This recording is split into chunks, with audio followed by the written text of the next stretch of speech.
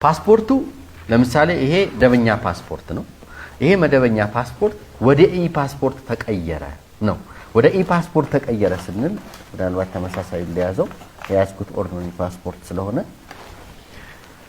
እነዚህ ሁለቱም የመደበኛ ፓስፖርት ነው የሚባሉት።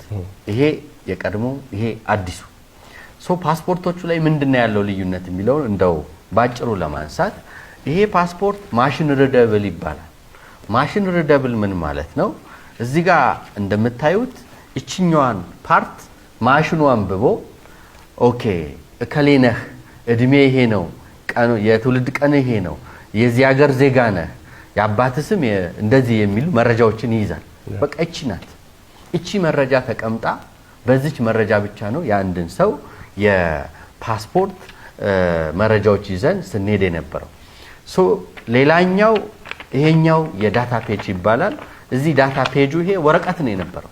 ወረቀት በመሆኑ ይሄንን በቀላሉ በመቀየር ሌላኛውን ፓርት ባለበት አድርጎ ለማዘጋጀት እድል ይሰጥ ነበር።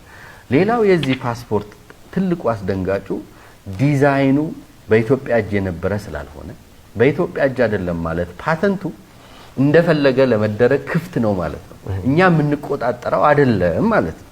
ስለዚህ ፓተንቱ በእኛ እጅ የነበረ ስላልሆነ ተመሳስሎ እንዲዘጋጅ አጋላጭ ሁኔታ የፈጠረ ነበር። ሌላ ይሄ ፓስፖርት ኋላ ቀር ነው ስንል ዜጎች በዚህ ፓስፖርት ተገልግለው ወደ ውጭ ሀገር ሲሄዱ ከኢትዮጵያ ውጪ ወይም ወደ ኢትዮጵያ ሲገቡ እነዚህን ፓስፖርቶች የሚያነቡ ማሽኖች ምን ያህል አውትዴትድ ሆነዋል የሚለውን ጥያቄ አብሮ ያስነሳል። ቅድም ዓለም አቀፍ ስታንዳርድ ያልኩት እሱ ነው። ከዛ አንፃር ስናየው ክፍተት ያለበት ነው።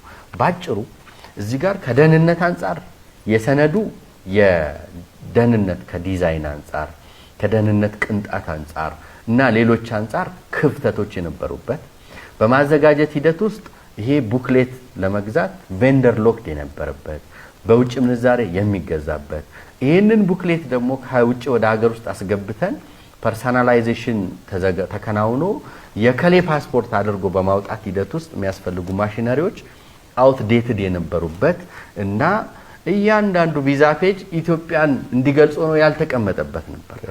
ወደ ምንድነው የለወጥነው የሚለውን ስናነሳ ወደ ኢ ፓስፖርት ለወጥን። ምን አዲስ ነገር አለው ኢ ፓስፖርት? የመጀመሪያው ይሄ ቡክሌቱ ቺፕስ አለው።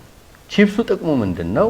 የአንድን ሰው ባዮግራፊክ እና ባዮሜትሪክ መረጃ ሎድ አድርገን እንድንይዝ ያስችለናል።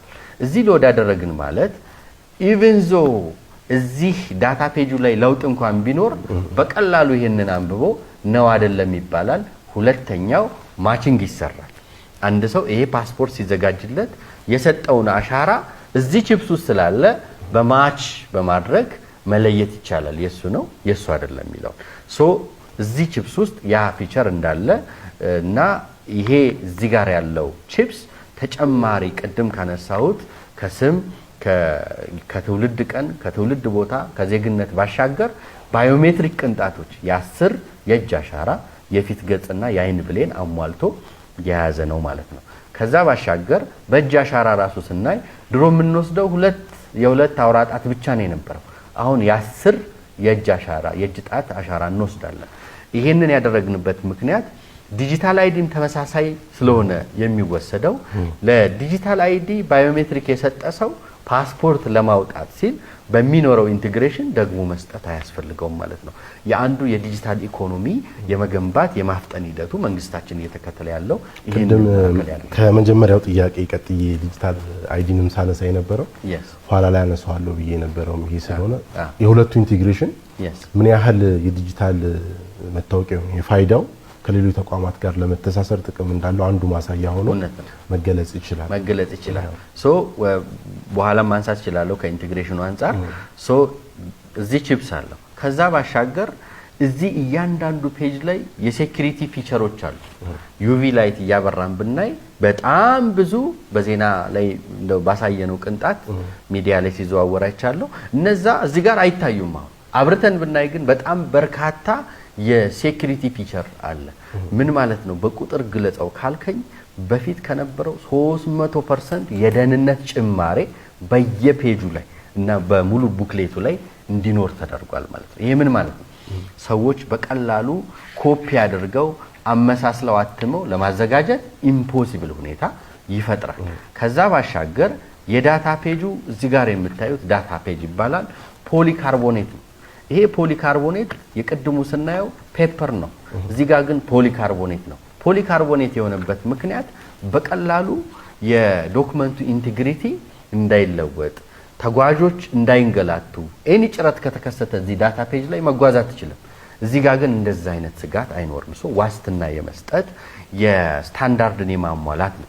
ሌላው እያንዳንዱ የቪዛ ገጾቹ ላይ በኋላ ህብረተሰቡ ፓስፖርቱን ሲወስድ ማየት ይችላል።